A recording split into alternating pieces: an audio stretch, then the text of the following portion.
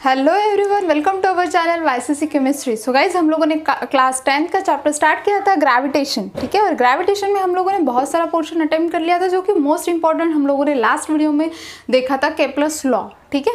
तो मैंने बोला था केप्लर्स लॉ बहुत ही ज़्यादा इंपॉर्टेंट है। अगर आप लोग एग्जाम पॉइंट ऑफ व्यू देखते हो तो केप्लर्स लॉ इंपॉर्टेंट है। उसी के साथ साथ अगर आप लोग देखोगे तो उसके ऊपर के न्यूमेरिकल्स भी आप लोगों को पूछे जाते हैं, मतलब थोड़ा सा बेस ऑन उसके ऊपर रहता है कि आप लोगों को लॉजिक पता होना चाहिए कि फर्स्ट केप्लर लॉ क्या था, सेकंड क्या था और थर्ड क्या था। वो चीज़ें आप लोगों को पता होना बहुत ही ज़्यादा इंपॉर्टेंट है, ठीक है। सो यहाँ तक कि हम लोगों ने लास्ट वीडियो तक ये कंप्लीट किया था। आज हम लोग देखने वाले हैं यूनिफॉर्म सर्कुलर मोशन, ठीक है। तो इसका जो डेरिवेशन है, सारी चीज़ें वो वन बाय वन हम लोग देखते जाएंगे, ठीक है। तो आज का हम लोगों का टॉपिक है, चलिएगा स्टार्ट करते हैं, जो कि टॉपिक है uniform circular motion. Uniform circular motion, हम लोगों ने सर्कुलर मोशन ये डेफिनेशन भी पढ़ी है। सर्कुलर मोशन होता क्या है, ठीक है। जैसे कि मैंने आप लोगों को बोला था, सन है, सन को अर्थ रिवॉल्व कर रही है, तो कौन से ऑर्बिट में है? सर्कुलर फॉर्म में है। कौन से फॉर्म में है? सर्कुलर फॉर्म में। तो अर्थ को जो रिवॉल्व कर रहा है उस कंप्लीट रिवॉल्यूशन में कैसा है? सर्कुलर पाथ में। अब सर्कुलर पोर्शन या फिर सर्कुलर पाथ में रिवॉल्व क्यों करती है? क्योंकि मैंने वहाँ पे बोला गया था कि सन के पास या फिर कोई भी दो ऑब्जेक्ट हो, उन दोनों में क्या है? एक ऐसा फोर्स ऑफ अट्रैक्शन है, एक ऐसा फोर्स ऑफ अट्रैक्शन है जिसके कारण अर्थ एक स्पेसिफिक ऑर्बिट में रिवॉल्व होती है। कभी हम लोगों को ऐसा नहीं देखने को मिला ना कि अर्थ यहाँ पे है, उसके बाद दूसरा ऑर्बिट उसने चेंज कर दिया, ऐसा कभी भी नहीं होता। वो एक स्पेसिफिक ऑर्बिट में क्या होती है गाइज? रिवॉल्व होती है। और उसका मेन रीज़न क्या है रिवॉल्व होने का? कि यहाँ पे दो ऑब्जेक्ट में एक ऐसा फोर्स है जिसको हम लोग क्या बोलते हैं? Gravitational force. और सर्कुलर मोशन की अगर बात करते हो तो वहाँ पे कौन सा फोर्स आता है? एक है सेंट्रीपिटल फोर्स। सेंट्रीपिटल फोर्स, ये सेंट्रीपिटल फोर्स क्या बोलता है? ये सेंट्रीपिटल फोर्स का कहना ऐसा है कि जब भी अर्थ रिवॉल्व हो रही है in the circular motion, circular path में वो क्या हो रही है? रिवॉल्व हो रही है, तब centripetal force acted upon the centre of the body. Centre में क्या होता है? सेंट्रीपिटल फोर्स एक्टेड होता है। उसके बाद जो मोशन है, जो अर्थ रिवॉल्व कर रहा है, उसकी मोशन क्या रहती है गाइस? कांस्टेंट रहती है, ठीक है। सो मोशन कांस्टेंट के साथ वो क्या होता है गाइस? कंटिन्यूअसली रिवॉल्व होते हुए जाता है इस ऑर्बिट में, ठीक है। तो इसीलिए हम लोग बोलते हैं कि सर्कुलर मोशन में कौन सा फोर्स होता है? Centripetal force. अब यहाँ पे यूनिफॉर्म ये वर्ड क्यों यूज़ किया उसके बारे में देखो। यूनिफॉर्म वर्ड यूज़ करने का एक ही है कि ये जो फोर्स है, ये जो अर्थ है, ये जो रिवॉल्व हो रही है यहाँ पे, ये कांस्टेंट स्पीड में रिवॉल्व हो रही है। स्पीड चेंज हो रही है क्या? अगर स्पीड चेंज हो रही होती तो ऐसा होता, कभी हाफ साल हम लोग मना लेते, ठीक है, और कभी 1 साल मनाते थे। कभी स्लो है, हम लोगों के जैसा काम नहीं उसका काम कैसा है? हम लोग होता है ना, कंटिन्यूसली वर्क थोड़ी कहते हैं हम लोग। कभी कभी हम लोग पढ़ाई करने की इच्छा होती, कभी नहीं होती, ठीक है। तो उसके जैसा ही इनका नहीं है। अगर अर्थ ने ऐसा सोच लिया तो भाई हम लोगों का तो हो चुकी, गाड़ी लग चुकी काम पे। सो यहाँ पे क्या, अर्थ वैसी नहीं है। अर्थ क्या करती है? कांस्टेंट स्पीड से वो रिवॉल्व हो रही है, इसलिए हम लोगों को यहाँ पे बोला गया यूनिफॉर्म सर्कुलर मोशन, ठीक है। सो ये सारी चीज़ें कब तक की थी? केप्लर लॉ के तब तक के, ठीक है। केप्लर्स ने जो सारी चीज़ें एक्सप्लेन की थी। बट केप्लर के बाद कौन आया था? Newton law. और न्यूटन ने ये चीज़ बोली है कि फोर्स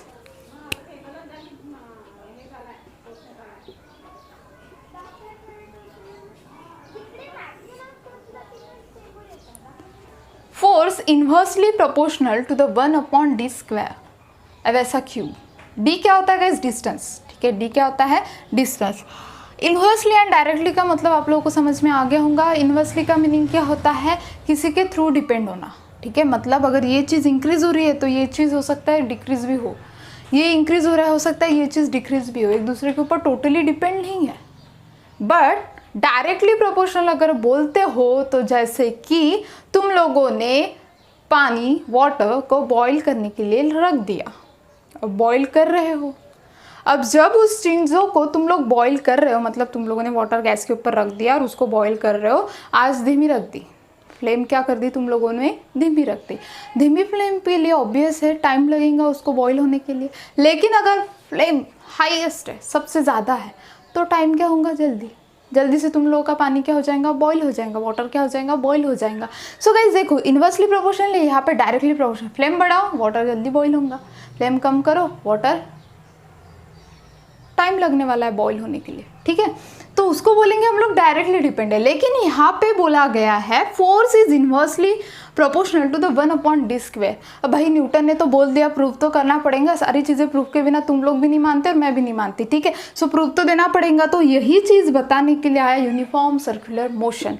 यूनिफॉर्म सर्कुलर मोशन ऐसा बोलता है कि जब अर्थ रिवॉल्व हो रही है तो सेंटर में क्या जाता है, जितना भी फोर्स है वो सेंटर में लगता है। सेंटर में फोर्स होने के कारण सारी चीज़ें होती है, इसलिए हम लोग उसको बोलते हैं सेंट्रीपिटल फोर्स। क्या बोलते हैं, सेंट्रीपिटल फोर्स। बट यहाँ पे जो स्पीड है वो भी क्या है, कांस्टेंट है। एक्सेलरेशन क्या कर रहा है, डायरेक्शन चेंज करते जा रहा है, ठीक है। सो यही सारी चीज़ें, मतलब इस सेंट्रीपिटल फोर्स के बाद हम लोग को ये चीज़ प्रूव करनी है कि why F is inversely proportional to the 1/d²। ये चीज़ें हम लोगों को अभी प्रूव करनी है। क्लियर है, ठीक है। चलो तो वो स्टार्ट करते हैं।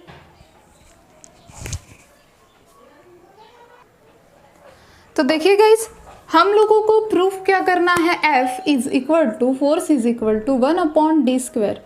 Force is inversely proportional to the 1/d²। ये चीज़ हम लोगों को प्रूव करनी है, ठीक है। चलो तो स्टार्ट करते हैं कि हम लोग प्रूफ कैसे करेंगे। देखो तो सबसे पहले फोर्स का फॉर्मूला है F is equal to mv²। Centripetal force F is equal to mv²/r, ठीक है।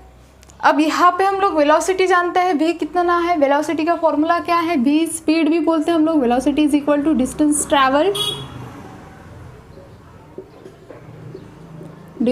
ट्रैवल्ड अपॉन टाइम, ठीक है। तो देखो v is equal to distance travel upon time. Distance कितना ट्रैवल किया है, सर्कुलर मोशन है तो हम लोग क्या लेते हैं, सर्कमफरेंस, जो कि कितना होगा 2πr अपॉन टाइम किस में आएगा, t में, ठीक है। फिर से एक बार हम लोगों को प्रूव करना है F is directly inversely proportional to the 1/d²। Centripetal force is equal to mv²/r। ये फॉर्मूला हम लोग जानते हैं, ठीक है। So v velocity, distance is equal, velocity speed is equal to distance travel upon time. So distance travel upon time circumference total circular path में, इसलिए हम लोग क्या ले रहे हैं, 2πr/t। चलो तो वैल्यू पुट करते हैं। F is equal to m 2πr/t का होल स्क्वायर अपॉन नीचे क्या है, r, ठीक है। चलो स्क्वायर कर लेते हैं। m 2 का square 4, pi square, r square और t का स्क्वायर अपॉन r। कितना आ जाएगा, अपॉन r। क्लियर है यहाँ तक के। अब देखो आगे क्या होगा।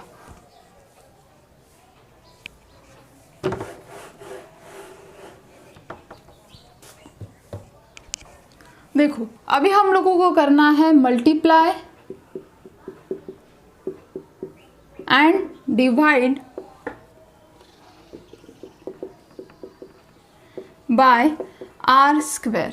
क्या करना है हम लोगों को, मल्टीप्लाई करना है और डिवाइड भी करना है। चलो तो पूरे टर्म को करते हैं, pi square, r² t² upon r, ठीक है।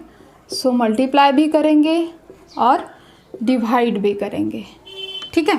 चलो सो मल्टीप्लाई और डिवाइड दोनों टर्म अगर करते हैं हम लोग, तो देखो यहाँ से एक r कैंसिल हो गया, तो यहाँ पे हम लोगों को मिलेगा m 4π² r t² upon r², ठीक है। अब देखो यहाँ पे एक r है और दूसरा r, मल्टीप्लाई करने के बाद क्या मिलेगा गाइज हम लोगों को, r³ मल्टीप्लाइड बाय r³, ठीक है। अब देखो यहाँ से कॉमन को निकलने वाला है t² एंड द r³। अब ये कॉमन क्यों निकलेगा, अब यही चीज़ क्यों निकलेंगी। सो अकॉर्डिंग टू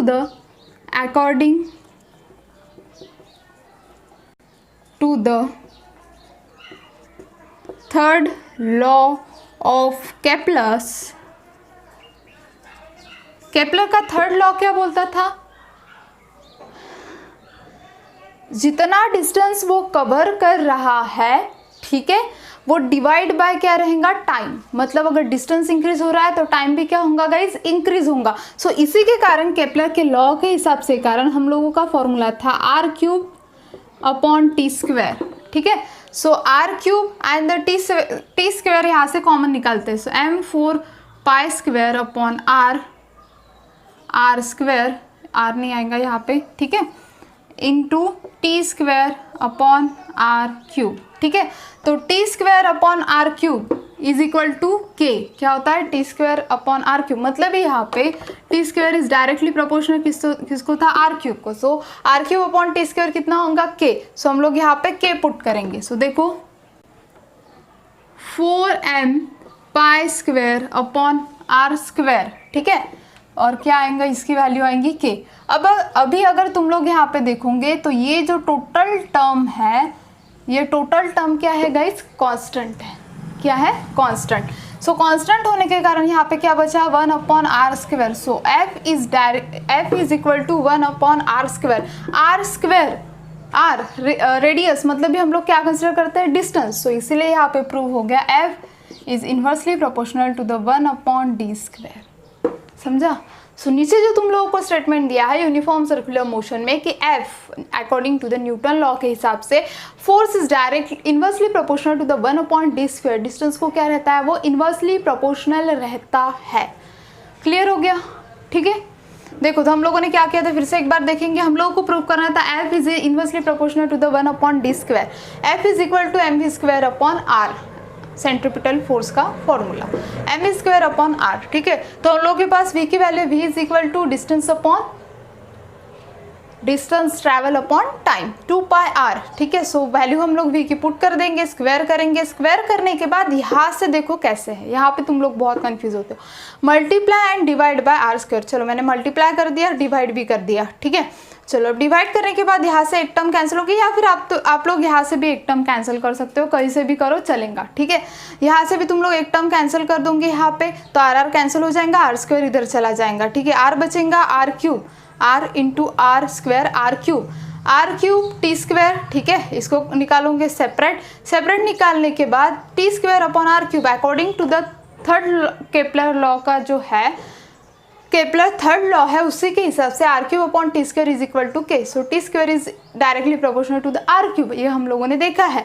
सो उसी को यूज करते हुए यहाँ पे इसकी वैल्यू क्या आएंगी, के, ठीक है। So 4m pi square upon R square, तो ये कंप्लीट वैल्यू क्या है गाइस, कांस्टेंट है। तो f is equal to 1 upon R square, f is equal to 1 upon D square, ठीक है। So f is equal to क्या हुआ, 1 अपॉन डी स्क्वायर। सॉरी ये k की वैल्यू जो है ना वो नीचे आएंगी यहाँ पे, ठीक है। So f is inversely proportional to the 1 upon D square, ठीक है। क्लियर हो गया। चलो इसका स्क्रीनशॉट निकालो, देन आगे जाते हैं।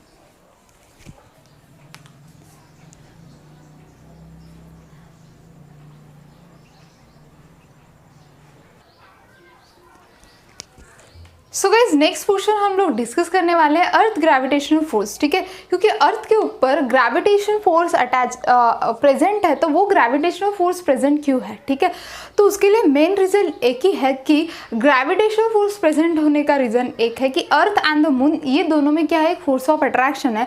जो फोर्स ऑफ अट्रैक्शन जनरेट होने के कारण अर्थ के ऊपर क्या प्रेजेंट रह रहा है गाइज, ग्रेविटेशनल फोर्स, ठीक है। बस उतना ही तुम लोगों को दिया है। ग्रेविटेशनल फोर्स मतलब तुम लोग जानते हो 2 ऑब्जेक्ट में प्रेजेंट रहने वाला फोर्स, जो कि 2 ऑब्जेक्ट क्या करेंगे, एक दूसरे के ऊपर खींचने का काम करेंगे, ठीक है। उसी के हम लोग क्या बोलते हैं, अर्थ ग्रेविटेशनल फोर्स, ठीक है। और उसके बाद अर्थ के ऊपर ही ग्रेविटेशनल फोर्स डिपेंड रहने का कारण क्या है कि जैसे कि मून एंड अर्थ इन दोनों में क्या है, जो फोर्स ऑफ अट्रैक्शन प्रेजेंट है, जिसके कारण अर्थ के ऊपर क्या होता है, ग्रेविटेशनल फोर्स प्रेजेंट होता है, ठीक है। ये तो होगी अर्थ ग्रेविटेशनल फोर्स की बात। अभी जो है वो है सबसे इंपॉर्टेंट कंसेप्ट, जो कि है अर्थ gravitational acceleration.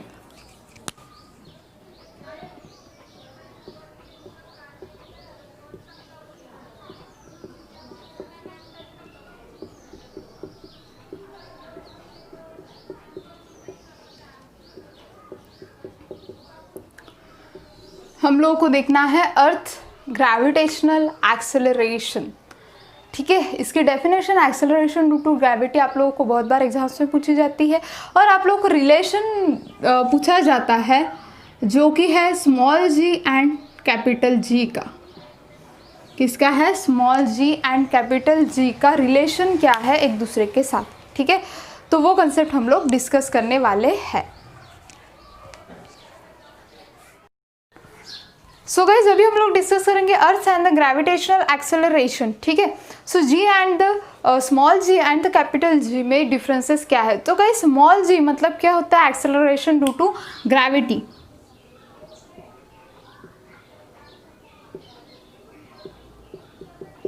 Due to gravity. And capital G का मीनिंग क्या होता है, gravitational force. So according to the Newton second law of motion, उनका ऐसा कहना था कि जो भी बॉडी मोशन कर रही है, ठीक है, उसके ऊपर जो फोर्स है वो फोर्स कैसे होता है, एक्सेलरेशन में। कैसे होता है, एक्सेलरेशन में, ठीक है। So the gravitational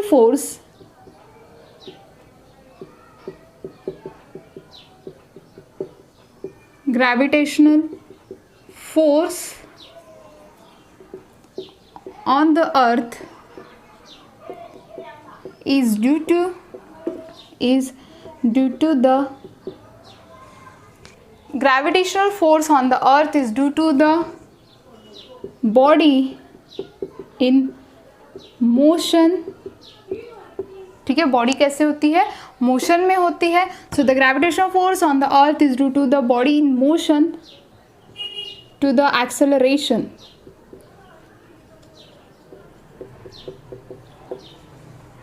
It's called acceleration due to gravity,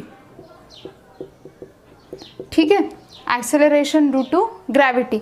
और यहाँ पे जो एक्सेलरेशन ड्यू टू ग्रेविटी बोला गया है, ठीक है, वो कैसी क्वांटिटी है, acceleration is a vector quantity,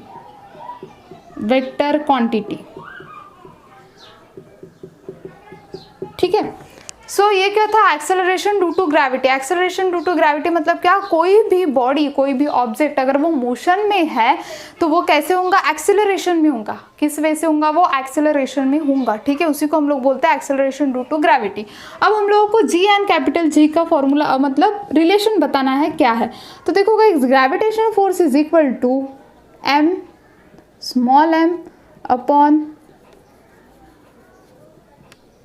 are square, ठीक है। तो acceleration due to gravity is equal to जी,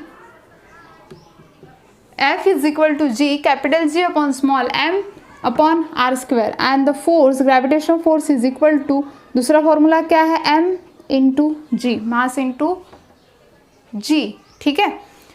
ये जी कौन सी है guys, acceleration due to gravity. तो force is equal to mass into acceleration, ठीक है। सो देखो अगर दोनों को हम लोग सामने रखते हैं, ठीक है, तो अगर देखोगे आप लोग, तो आप लोग यहाँ पे देख रहे हो राइट हैंड साइड इक्वल है, तो ऑब्वियस है लेफ्ट हैंड साइड भी क्या होंगी, उसकी इक्वल होंगी। So G upon capital G upon small M upon R square is equal to M into G. So small M cancel. So G is equal to Gm upon R square. So अगर आप लोग देखोगे तो G is directly proportional to the capital G, मतलब gravity, acceleration due to gravity is totally depend upon the capital G। ये यहाँ पे prove हो गया, ठीक है। देन G की वैल्यू कितनी होती है, 9.77 इंटू, कितनी होती है, 9.77 मीटर पर सेकेंड स्क्वायर। कितना होता है, मीटर पर सेकेंड स्क्वायर। अभी देखो ये कैसे आएंगे, तुम लोग जी की वैल्यू जानते हो, कैपिटल जी की वैल्यू कितनी है, 6.67 इंटू 10⁻⁻11। मास कितना होता है, मास होता है, अर्थ का मास होता है 6 इंटू 10⁻24, ठीक है। और आर की वैल्यू होती है, रेडियस होता है अर्थ का 6.4 इंटू 10⁻6, ठीक है। सो अगर आप लोग इसको सॉल्व करोगे तो तुम लोग का आंसर मिलेगा 9.77 मीटर पर सेकेंड स्क्वायर। क्लियर है, ठीक है। तो ये किसके बारे में था, अर्थ ग्रेविटेशनल एक्सेलरेशन। आप लोगों को एक्सेलरेशन ड्यू टू ग्रेविटी की डेफिनेशन पूछी जाती है। क्लियर है, चलो जल्दी से स्क्रीनशॉट निकालो।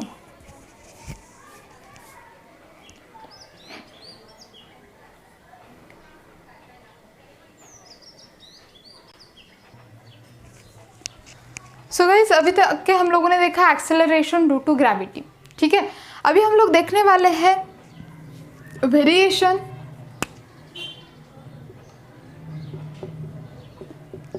Variation in value of g, ठीक है। सो ये जो g की वैल्यू है उसमें कौन से वेरिएशंस आते हैं, ठीक है। तो सबसे पहले हम लोग डिस्कस करेंगे change along the surface of the अर्थ।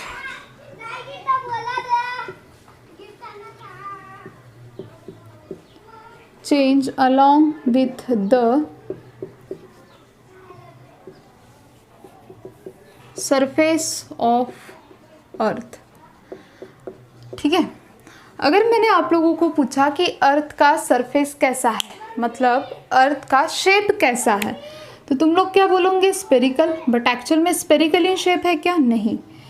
एक देखा है ना, एक जैसा शेप है किसका? अर्थ का, ठीक है। अगर अर्थ का शेप स्पेरिकल होता, कैसे होता? अगर स्पेरिकल होता तो हम लोग बोल सकते थे कि अर्थ के हर एक पोर्शन पे क्या है? ग्रेविटेशनल फोर्स इक्वल अमाउंट में प्रेजेंट है। हम लोगों को variation in the value of G में देखना है कि ग्रेविटेशनल फोर्स अर्थ के ऊपर कैसा है, अगर हम लोग अबाउ दी अर्थ जाते हैं तो कैसा है, और डेप्थ में जाते हैं तो कैसा है। सो सबसे पहले हम लोग डिस्कस कर रहे हैं कि अर्थ के सरफेस पे कैसा फोर्स है, ठीक है। एक्चुअल में ग्रेविटेशनल फोर्स कैसा है? सभी जगह पे इक्वल है या कहीं पे ज़्यादा कहीं पे कम है? तो अगर मैं पूछूंगी कि अर्थ का ग्रेविटेशनल फोर्स सभी जगह पे सेम है या नहीं, तो आपका आंसर क्या आना चाहिए? नो। क्यों नो? क्योंकि हम लोगों की जो अर्थ है वो स्पेरिकल इन शेप नहीं है। स्पेरिकल होती तो चार्ज क्या होता, मतलब टोटल ग्रेविटेशनल फोर्स क्या होता? सिमेट्रिकली यहाँ पे क्या होते जाता? इक्वली डिस्ट्रीब्यूट होते जाता। बट एक्चुअल में ये है कैसा? एक जैसा अंडा, ठीक है। तो यहाँ पे तुम लोग देखते हो North Pole and South Pole, हम लोगों के दो पोल्स बने हैं, North Pole and South Pole. तो वो क्या है? हम लोगों ने देखा है ग्रेविटेशनल फोर्स मतलब होता है मून एंड अर्थ में का फोर्स, ठीक है। अब जब क्या होंगी अर्थ मून के सामने आएंगी तब क्या होगा? फोर्स ऑफ अट्रैक्शन बढ़ते जाएगा। जो पोल मून के सामने होगा, अर्थ का जो पोर्शन मून के सामने होगा, वहां पे ग्रेविटेशनल फोर्स क्या होगा? इंक्रीज होगा। सो इसीलिए ऐसा बोला जाता है कि जो पोल्स है, दो पोल्स है, इन पोल्स के ऊपर ग्रेविटेशनल फोर्स क्या है गाइस? ज़्यादा है, और इक्वेटोरियल्स पे क्या है? कम है, ठीक है। सो दो पोल्स के ऊपर ग्रेविटेशनल फोर्स ज़्यादा रहने का एक ही है कि वहाँ पे जो रिवॉल्व हो रहा है सन को, जब मून को जब वो रिवॉल्व कर रहा है, मतलब मून जब अर्थ को रिवॉल्व कर रहा है, जब उसके सामने आएगा तो क्या होंगी? ग्रेविटी वहाँ पे इंक्रीज होते जाएंगे। तो जब भी तुम लोग ऐसा रिवॉल्व करते हो देखोगे, एक अंडे को क्या करते हो? रिवॉल्व करते हो, तो पोल्स ज़्यादा सामने आते हैं उसके, इक्वेटोरियल इतना सामने नहीं आता। तो पोल्स ज़्यादा सामने आने के कारण पोल्स के ऊपर क्या होता है? ग्रेविटेशनल फोर्स सबसे ज़्यादा होता है, ठीक है। सो ग्रेविटेशनल फोर्स मेनली होता कितना है? 6400 किलोमीटर तक के अप्लाई होता है, वो हम लोग देखेंगे कितना है, ठीक है। लेकिन टोटल ग्रेविटेशनल फोर्स कितना है? 9.77, जो कि हम लोगों ने अभी निकाला था, ठीक है। तो यहाँ पे एक चीज़ ध्यान में रखना, change along with the surface of the अर्थ में तुम लोगों को एक चीज़ ध्यान में रखनी है कि पूरे के पूरे अर्थ का जो शेप है वो है एक जैसा होने के कारण दो पोल्स के ऊपर ज़्यादा ग्रेविटी प्रेजेंट रहती है और इक्वेटोरियल पे कम ग्रेविटी प्रेजेंट रहती है। क्लियर, ठीक है। अब इसके बाद का जो नेक्स्ट पोर्शन है वो है, पहले देख लिया हम लोगों ने change along with the surface of the अर्थ, ठीक है। दूसरा है, सेकंड है change with height. Change with height. अब देखो ये हुई अर्थ, ठीक है। अब यहाँ पे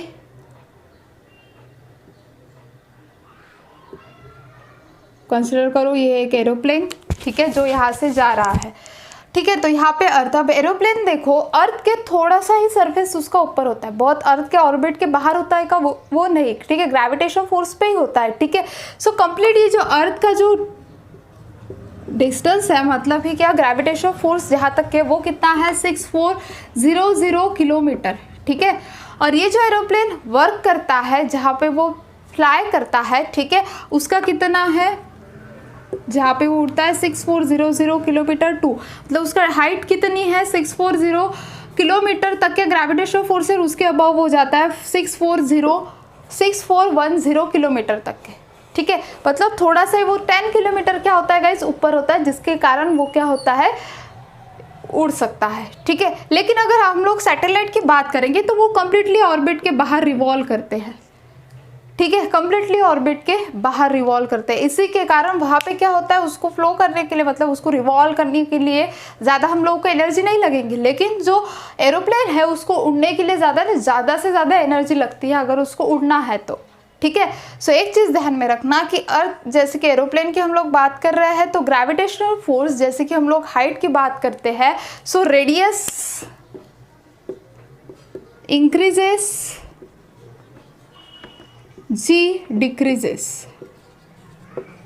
अगर रेडियस बढ़ रहा है सेंटर से आउटर मोस्ट जो रेडियस है जहाँ तक के कोई भी चीज़ उड़ रही है वहाँ तक का अगर डिस्टेंस बढ़ रहा है तो जी की वैल्यू क्या होते जाएंगे, डिक्रीज होते जाएंगे। जैसे जैसे तुम लोग ऊपर ऊपर ऊपर ऊपर जाते जाओगे फोर्स कम कम कम कम होते जाएगा। ठीक है, सो इसी के कारण हम लोग क्या बोलेंगे कि R is increases, radius is increases, G is decreases. Clear हो गया। ठीक है, तो हम लोगों ने क्या देखा, change along with the surface of the earth constant नहीं रहता, पोल्स पे ज़्यादा रहता है, इक्वेटोरियल पे कम रहता है। चेंज विद द हाइट, जी की वैल्यू हाइट के हिसाब से अगर देखोगे तो हाइट में क्या होते हैं, जैसे जैसे रेडियस इंक्रीज करते जाओगे हाइट बढ़ती जाएंगी, तो क्या होने वाला है यहाँ पे जी की वैल्यू डिक्रीज होती जाएगी। क्लियर है। ठीक है, उसके बाद दिया है चेंज इन डेप्थ। ठीक है, चलो तो देखते हैं चेंज इन डेप्थ।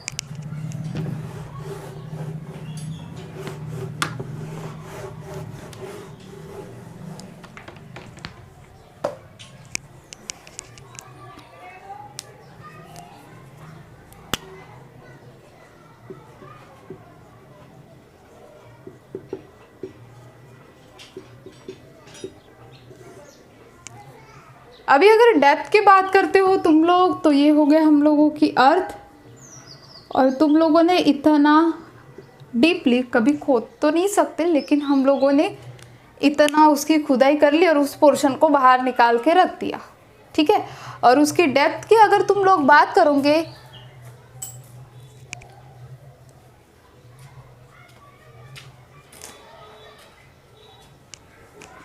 अगर डेप्थ की बात करते हो तुम लोग तो जैसे जैसे तुम लोग अंदर अंदर अंदर अंदर जाते जाओगे सो रेडियस क्या होते जा रहा है गाइस, कम होते जा रहा है, रेडियस डिक्रीजेस। ठीक है, और अगर आप लोग देखोगे आर एंड जी ये दोनों एक दूसरे के ऊपर डायरेक्टली डिपेंड है। ठीक है, सो रेडियस डिक्रीजेस, जी की वैल्यू क्या होंगी, इंक्रीज होंगी। क्यों, क्योंकि तुम लोग इमेजिनरी है, हम लोग कट नहीं कर सकेंगे, लेकिन जितने तुम लोग पास में जाओगे सेंटर के उतने ही क्या होंगी, ग्रेविटी मतलब जी की वैल्यू क्या होते जाएंगे guys, acceleration due to gravity जो है वो क्या होते जाएगा, बढ़ते बढ़ते जाएगा। ठीक है, जितना तुम लोग पास जाते जाओगे उतना ही वो क्या होते जाएगा, बढ़ते हुए निकलता जाएगा। ठीक है, तो इसीलिए डेप्थ में अगर देखोगे तो जितना अंदर जाओगे, जितना अंदर जाते जाओगे डेप्थ में उतनी क्या होंगी, आर डिक्रीज होंगी एंड जी की वैल्यू इंक्रीज होते जाएंगी। ठीक है,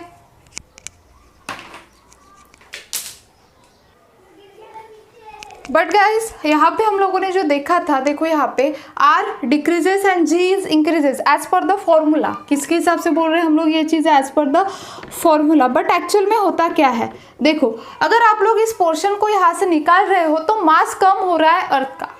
क्या कम हो रहा है, मास। ठीक है, सो मास यहाँ पे क्या हो रहा है, डिक्रीज हो रहा है, और उसी के साथ साथ आर भी क्या हो रहा है, डिक्रीज हो रहा है। ठीक है, सो मास एंड द रेडियस ये दोनों क्या हो रहे हैं, डिक्रीज हो रहे हैं, तो ऑब्जेक्ट की जो साइज है, मास है, वो क्या होते जा रहा है, कम होते जा रहा है, और मास और साइज मतलब मास और साइज कम होने के कारण हम लोग क्या बोल सकते हैं कि ग्रेविटी क्या होने वाली है, यहाँ पे डिक्रीज होने वाली है। क्या होने वाली है, डिक्रीज होने वाली है। ठीक है, सो मास एंड द साइज ये दोनों यहाँ पे क्या होते जाएंगे, डिक्रीज होते जाएंगे, जिसके कारण रेडियस भी डिक्रीज हो रही है, और जिसके कारण ग्रेविटी जैसे जैसे अंदर जाते जाओगे वैसे वैसे डेप्थ में जाने के बाद ग्रेविटी डिक्रीज होंगी। But according to the formula हम लोगों ने क्या बोला है कि आर डिक्रीजेस ग्रेविटी इंक्रीजेस। हाँ भाई मानते हैं, बट एक्चुअल में ओरिजिनल क्या है कि अगर तुम लोग डेप्थ में जाते हो तो तुम लोग यहाँ से इस पोर्शन को निकाल रहे हो। ठीक है ना, तो डेप्थ में जाने के लिए सबसे पहले कुछ खोदना तो पड़ेगा, ऐसे तो घुसोगे नहीं ना। ठीक है, तो उसके लिए मास क्या हो रहा है, डिक्रीज हो रहा है, रेडियस भी क्या हो रहा है, डिक्रीज हो रहा है, तो value of the G is also decreases. G की वैल्यू भी क्या होगी गाइज, वहाँ पे डिक्रीज होंगी। ठीक है, तो ये था variation in the value of G, जो कि मोस्ट इंपॉर्टेंट है। Change along with the surface of the earth, change with the height and change in the depth. ठीक है, इसके बाद हम लोग डेफिनेशन देखेंगे मास एंड वेट की।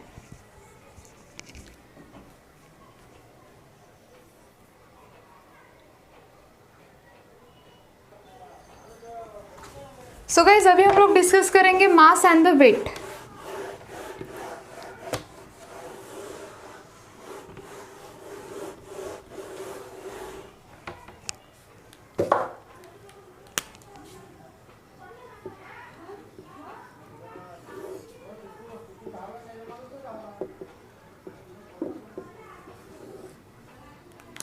मास, ठीक है, सो मास क्या है, the amount, mass is the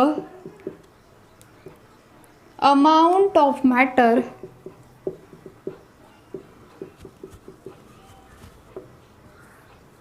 present in the object।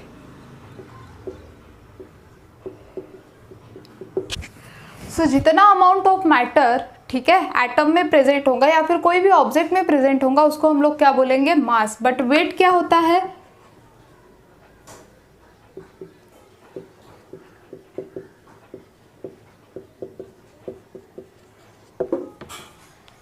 So weight की डेफिनेशन होगी, the weight of an object defined as the force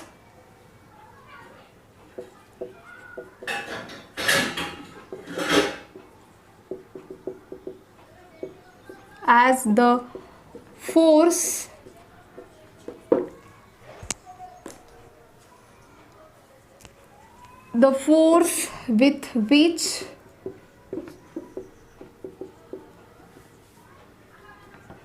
earth attracts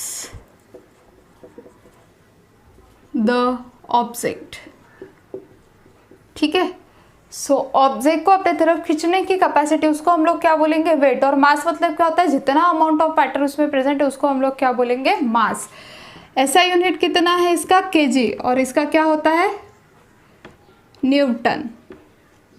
ठीक है, mass is a scalar quantity,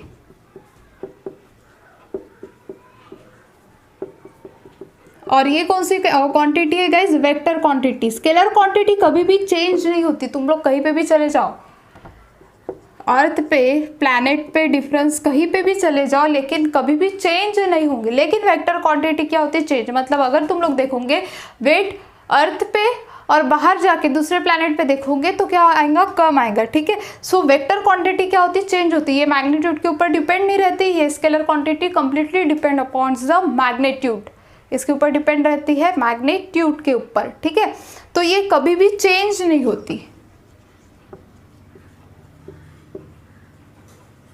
और ये क्या होते जाती है गाइस, चेंज होती है। वेट क्या होते जाता है तुम लोगों का, चेंज होते जाता है। मून के ऊपर उतना ही वेट है क्या, हम लोगों का नहीं। ठीक है, लेकिन अर्थ के ऊपर जितना उतना मून के ऊपर रहेगा क्या, नहीं। तो अर्थ, तो वेट क्या होते जाता है, चेंज होते जाता है। और उसका फॉर्मूला क्या है, F = mg। ठीक है, तो वेट टोटली ग्रेविटेशनल फोर्स के ऊपर डिपेंड है, क्योंकि वो फोर्स ऑफ अट्रैक्शन किसका है, अर्थ एंड द ऑब्जेक्ट में का। क्लियर हो गया, तो ये था मास एंड द वेट के बारे में। ठीक है, आप लोगों को ये सारी चीज़ें क्लियर हो चुकी होंगी। ठीक है, सो गाइज आज के वीडियो में जितने भी चीज़ें देखी वो सारे तुम लोगों के एग्जाम पॉइंट्स ऑफ व्यू और उसी के साथ साथ तुम लोगों के न्यूमेरिकल पॉइंट ऑफ व्यू बहुत ज़्यादा इंपॉर्टेंट है। ठीक है, तो नेक्स्ट वीडियो में हम लोग डिस्कस करेंगे फ्री फॉल।